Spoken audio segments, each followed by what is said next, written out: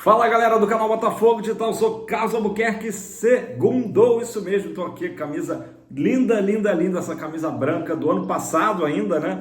Ainda não deu para comprar a atual, recém-lançada, que representa o futuro, mas essa aqui, olha, camisa sem patrocínio, né? Também não tem número, não tem nome, camisa que dá para tirar muita onda, coisa linda. E o quanto que a gente tem encontrado de botafoguense, pelo menos aqui no Rio, imagino aí que em vários lugares, como Brasília, né, que estava abarrotada de alvinegros no final de semana, a gente encontra nas ruas. Hoje mesmo eu estava passeando pelo centro, ali pela Glória, né, bairro bucólico do Rio de Janeiro, né, e encontrei outros botafoguenses, saudamos na rua, tal. É o estado de espírito que estamos vivendo, né? Lembrando que estava na Glória, né? E aí, obviamente, me remeteu à glória eterna Libertadores, nova obsessão do torcedor alvinegro. Já vamos falar de Libertadores. Vamos, antes, começar falando do Brasileirão. Brasileirão aí causando, né, queda de técnicos. Acho que desde o 4-1 que o Flamengo tomou do Botafogo, o Tite começou ali a balançar fortemente. E essa manhã aí ele acabou sendo demitido, né? Eles que vão ter o compromisso com o Corinthians, mas é problema deles, né? Felipe Luiz, substituto interino do Tite, né?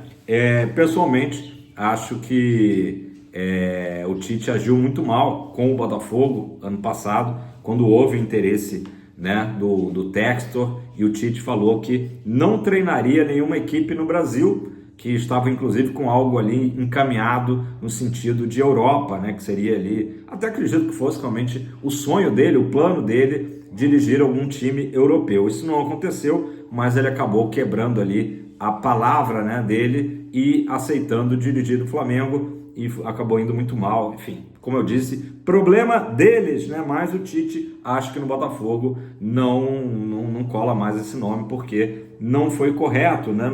Não teve palavra, né? Não manteve a palavra dele em relação ao Fogão. E graças a Deus estamos com o Arthur Jorge, né? Galera, Campeonato Brasileiro, né? Nosso empate, claro que não era o que a gente queria, ainda mais com a vitória do Palmeiras naquelas circunstâncias que a gente já falou aqui ontem. Pênalti Mandrake, né? E ontem, como era previsto, o Fortaleza venceu o Cuiabá 1-0, se aproximou. Então o Botafogo tem 57 pontos, Palmeiras logo a seguir com 56 e o Fortaleza chegou a 55, né? Escadinha 5-7, 5-6, 5-5 após 28 jogos. O Flamengo tem 27 jogos, ainda continua aquele jogo a menos, e com 48 pontos, já bem atrás aí desse pelotão. Digamos que o pelotão da frente, né? Se fosse uma maratona ali, quenianos, etíopes e tal, seria justamente Botafogo, Palmeiras e Fortaleza, beleza? Um dado interessante a ser destacado é que o Botafogo atingiu nesse segundo turno 17 pontos, né? Tinha feito 40 no primeiro turno, agora fez 17, por isso que já estamos com 57. 17 pontos foi a mesma pontuação que o Botafogo fez ano passado, também no segundo turno. A diferença é que a gente ainda tem aí 10 jogos pela frente, né? Ano passado, na derrocada, que a gente não gosta de falar, mas a título de comparativo, né, o Botafogo ficou 11 jogos sem vencer, e aí, claro, que as coisas foram por água abaixo. Então é interessante ver que, até o momento, faltando ainda 10 jogos, o Botafogo já igualou os 17 pontos do segundo turno de 2023, né? Falei da vitória do Fortaleza sobre o Cuiabá, né? O Fortaleza que na próxima rodada pega o Grêmio, né? O Grêmio que acabamos de enfrentar.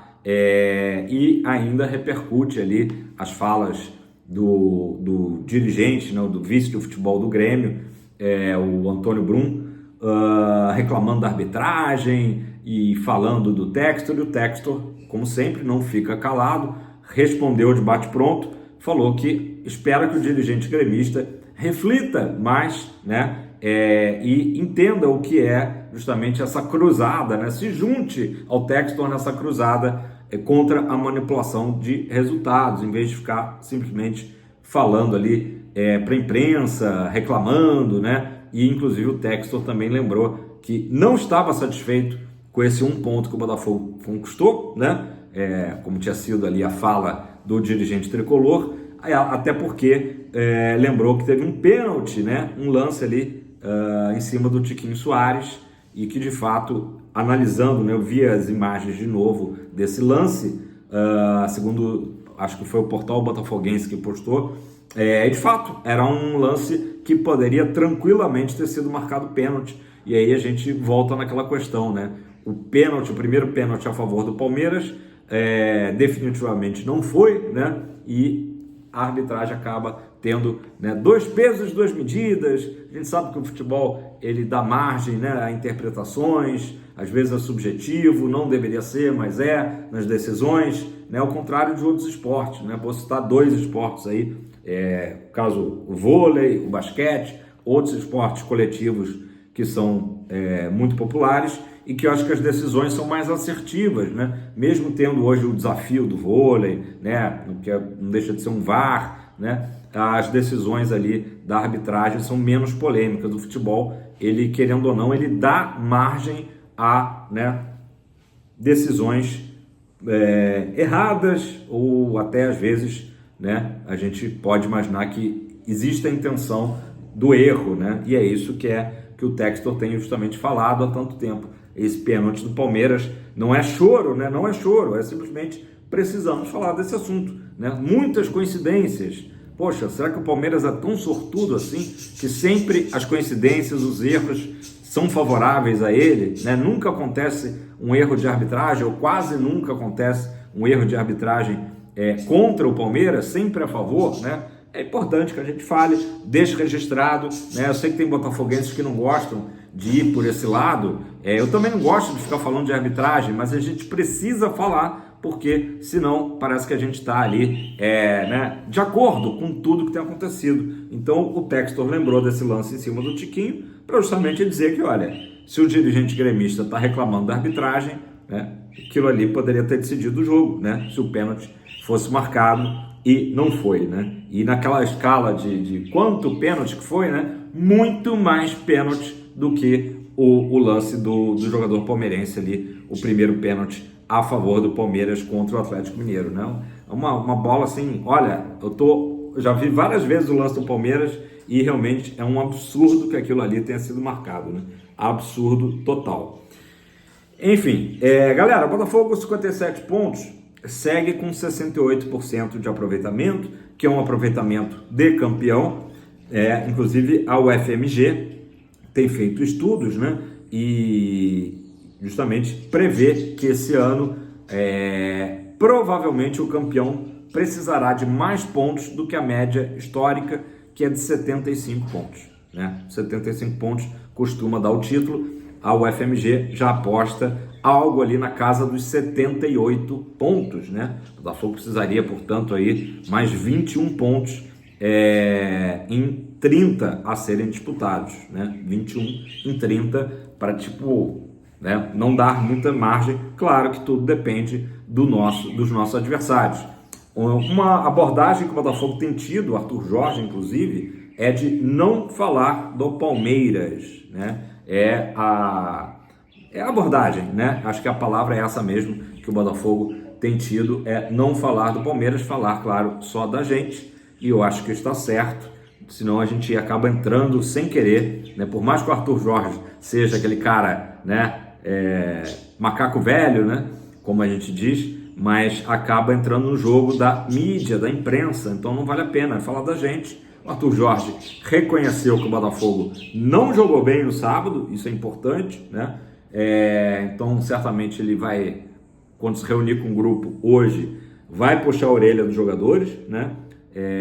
E o Arthur Jorge também lamentou, né, não ter dado o presente que seriam os 3 pontos para a incrível torcida do Botafogo no sábado à noite lá em Brasília. Eu falei disso aqui ontem, reitero, ainda estou impressionado com os mais de 30 mil torcedores, para a maioria absoluta de botafoguenses, lá no Mané Garrincha, né? Acho que isso me dá assim, várias ideias, né? Eu tenho certeza que o marketing do Botafogo está atento a isso, poxa, o Botafogo tem que pelo menos uma vez ao ano jogar em Brasília, né? Jogar no Brasileirão, não falo nem Carioca, porque no Carioca acho que é muito menos atrativo. Mas jogar um Brasileirão ou jogar, enfim, algum jogo, de repente até de Copa do Brasil, como já foi feito, né, há alguns anos, lá em Brasília, e fazer ações, ter uma loja do Botafogo em Brasília, né, isso é preciso, porque realmente é impressionante, né, o Botafogo precisa acarinhar, né, dar carinho, né, da mesma forma que recebeu esse carinho no sábado, né, mosaico espetacular, enfim, muito legal mesmo. Volto a dizer, se teve algo positivo e que deixou a gente orgulhoso, né, de vestir essa estrela solitária, foi ver a torcida botafoguense lá no Centro-Oeste, realmente incrível. Não me canso de falar disso, galera. Vamos falar alguns dados aqui também, já que a gente está falando de pontuação do Botafogo, né? O Botafogo está no G4, né? Desde da terceira rodada, tá? Então, desde a terceira rodada, o Botafogo estacionou no G4 e seguiu no G4. Essa é a 13ª rodada em que o Botafogo está na liderança do campeonato. Então, em 28 rodadas no total, 13 o Botafogo na liderança, estabelecido. Melhor ataque é nosso, 46 gols. E um detalhe interessante, desses 46 gols, 19 jogadores diferentes marcaram, né? 19 jogadores. Já falamos também há algumas semanas atrás, que mostra um equilíbrio até maior do que foi ano passado. Estava tudo muito concentrado ali no Tiquinho, né, basicamente, e agora 19 jogadores alvinegros balançaram as redes no Brasileirão. A defesa do Botafogo é a terceira menos vazada, tá? Apenas 25 gols sofridos em 28 jogos, então a média ali um pouquinho abaixo até de um gol por partida, excelente, né? E também 25 é o número de pontos que o Botafogo fez até o momento como visitante. É o melhor visitante do campeonato, né? Em 14 jogos, 25 pontos. Falei de defesa menos vazada. Apesar do John ser o nosso goleiro titular, vamos falar do nosso goleiro reserva, Gatito Fernandes. Foi convocado mais uma vez para a seleção paraguaia, né? Para a próxima data FIFA, aí, jogos de eliminatórias. Então, Gatito, mais um jogador alvinegro, né? Depois da gente ter tido aí o Luiz Henrique e o Igor Jesus convocados pelo Dorival, né? Foi a vez do Gatito ser mais uma vez convocado. Galera, eu falei que hoje é aniversário do Textor? Não, né? Parabéns! Happy birthday, John Textor!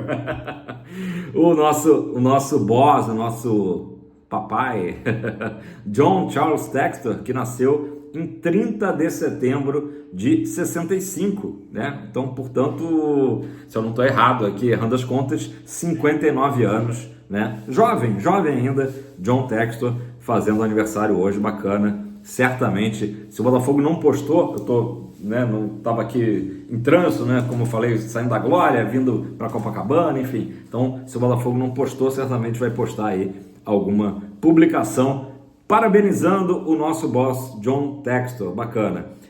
Pessoal, para a gente fechar o vídeo de hoje, vou falar da Conmebol, Libertadores, claro, nossa obsessão. A Conmebol está entre 3 estádios para a final da Glória Eterna. Mas, Carlos, o Botafogo precisa primeiro passar pelo Penharol, né? Precisa passar pelo Penharol, sim. Mas a Conmebol vai, dependendo, tá? Ela vai seguir aquele protocolo. Se o River Plate passar pelo Galo, o jogo final será no Monumental de Núñez, né? O máximo monumental depois das reformas, que tem 85 mil pessoas de capacidade, o maior estádio da América do Sul, né, atualmente. Outras possibilidades, tá? O José Amalfitani, do Vélez Sarsfield, que tem ali cerca de 49 mil de capacidade, e um pouquinho menor, 43 mil, o estádio chamado, né, apropriadamente de Libertadores da América, que é do Independiente, né, lá de Avellaneda. Desses 3 estádios eu conheço 2, né? Conheço o do River e conheço o próprio do Independiente, né? Já falei aqui para vocês, assisti o clássico de Avellaneda há muitos anos atrás, há quase 30 anos atrás, Racing e Independiente. Na época, curiosamente, o Maradona era técnico do Racing, era o técnico do Racing, Dom Dieguito Maradona, né? Inclusive, torcida do Racing, que foi onde eu ficava lá cantando olê, olê, olê, Diego, Diego.